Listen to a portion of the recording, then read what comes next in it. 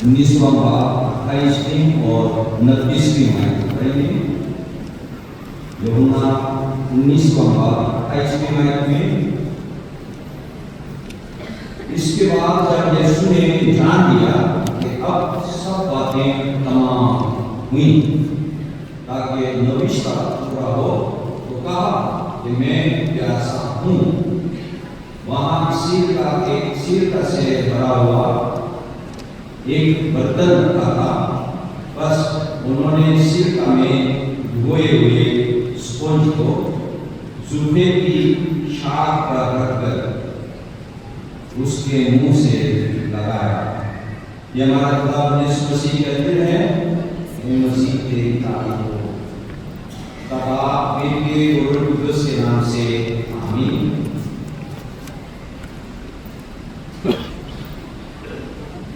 सलीबी साथ करना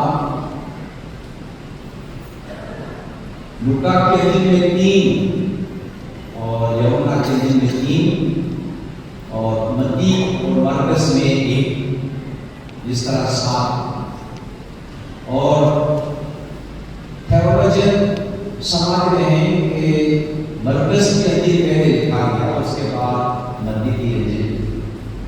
तो इब्तदा कलीसिया में 7 कलमा में से 7 कलमों में से चौथा कलमा ज्यादा अहम रखते हैं।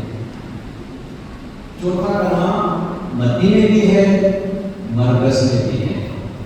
और यीशु साहब ने कुछ फरमाया कि ज़बूर 22 को तीसरे पहर पर दुआ के वक्त यूज करते हैं। तो इस चौथा कलमा पर थेओलॉजी के हवाले से गौर करने के बजाय तीसरे पहर पर यानी दुआ के वक्त खुदावंद मुसीबत में, दुख में दुआ को नहीं छोड़ा। हम तो दुख में, मुसीबत में, बारिश में इबादत छोड़ देते हैं। रात को बारिश आए तो शाम की इबादत में नहीं आए। यीशु कुर्सी पर जाने के वक्त गिरफ्त हुआ, उस मुसीबत में, तंग में दुआ को नहीं छोड़ा, यानी इबादत को नहीं छोड़ा। और उसके साथ साथ ये भी कि मैं प्यासा हूं। किस चीज का प्यास? क्योंकि यूहन्ना के चौथा बाब में सामरिया में उस कुएं के पास आकर, कुएं के पास आकर बैठे और पानी भरने आए औरत के साथ बात करते हैं, मुझे पानी पिला। यहूदी होते हुए मुझे समझ से बात करते, अगर आप मुझे जानते, आप मुझसे मांगो और मैं ऐसे पानी पिलाऊं कि फिर दोबारा प्यासा नहीं।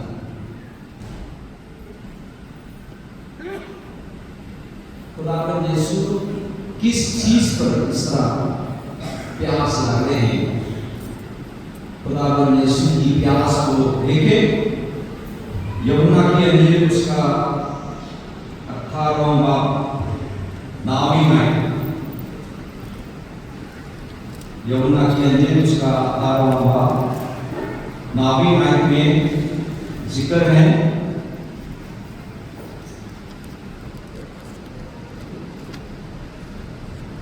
ये उसने इसलिए कहा कि उसका वो कौल पूरा हो कि जिन्हें तूने मुझे दिया, मैंने उनमें से किसी को भी ना खोया। यानी पहले पेशेंट कोई है उसके मुताबिक काम करने के लिए, यानी खुदावंद यीशु मसीह होने के नाते, यानी खुदावंद की तरफ, खुदा बाप की तरफ से भेजा गया और आने से पहले पेशेंट कोई है, उस पेशेंट को के मुताबिक जाहिर करने की प्यास है।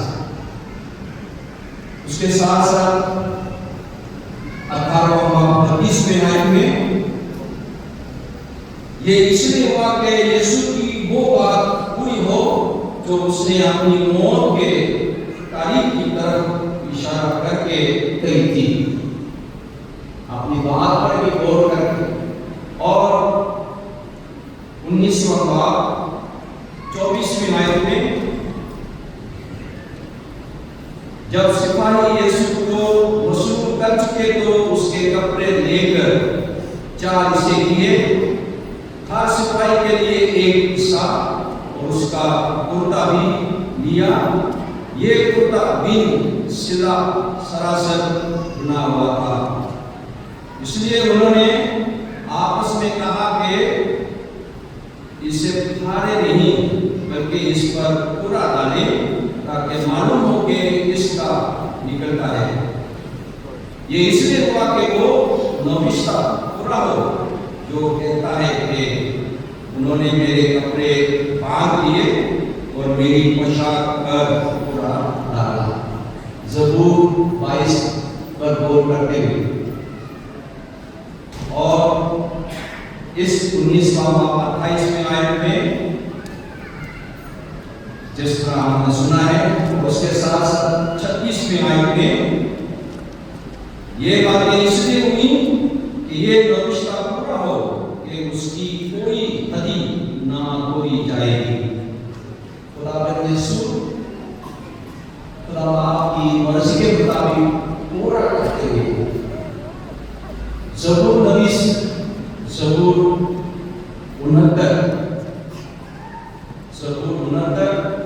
21वीं आयत में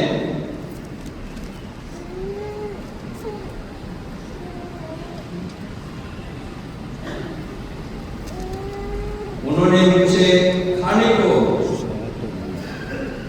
इंद्रायण पी दिया और मेरी प्यास बुझाने को उन्होंने मुझे सिरका पिलाया।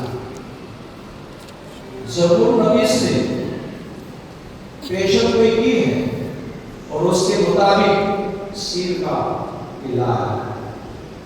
खुदा बाप की मंसूबे के मुताबिक खोए हुए को ढूंढने के लिए आए और उसके अलावा भी बहुत सारे ज़बूर 29 और नबियों के पेशन गोई के मुताबिक अपने आप को दुनिया में सहाय करते हुए खिदमत करते हैं।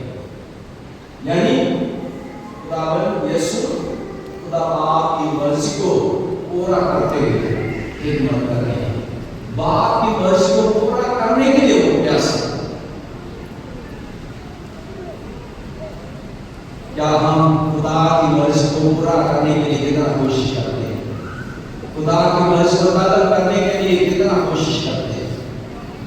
खुदा करे कि हम खुदा की मर्जी को पहचानने वाले बने और उसके बदले खुदा की खिदमत करने के लिए बरकत दे। दुआ करेंगे।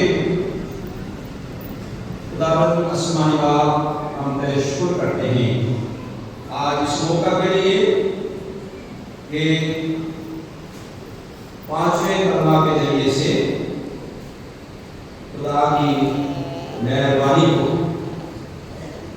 और उस खिदमत को याद करते हुए दुआ करते हैं कि हमें तौफीक दे कि खुदा की काम मर्जी मुसीबत में भी तलब करते हुए उसको पूरा करने की कोशिश करने वाले खादम खादमा बन जाए। खुदा यीशु मसीह के नाम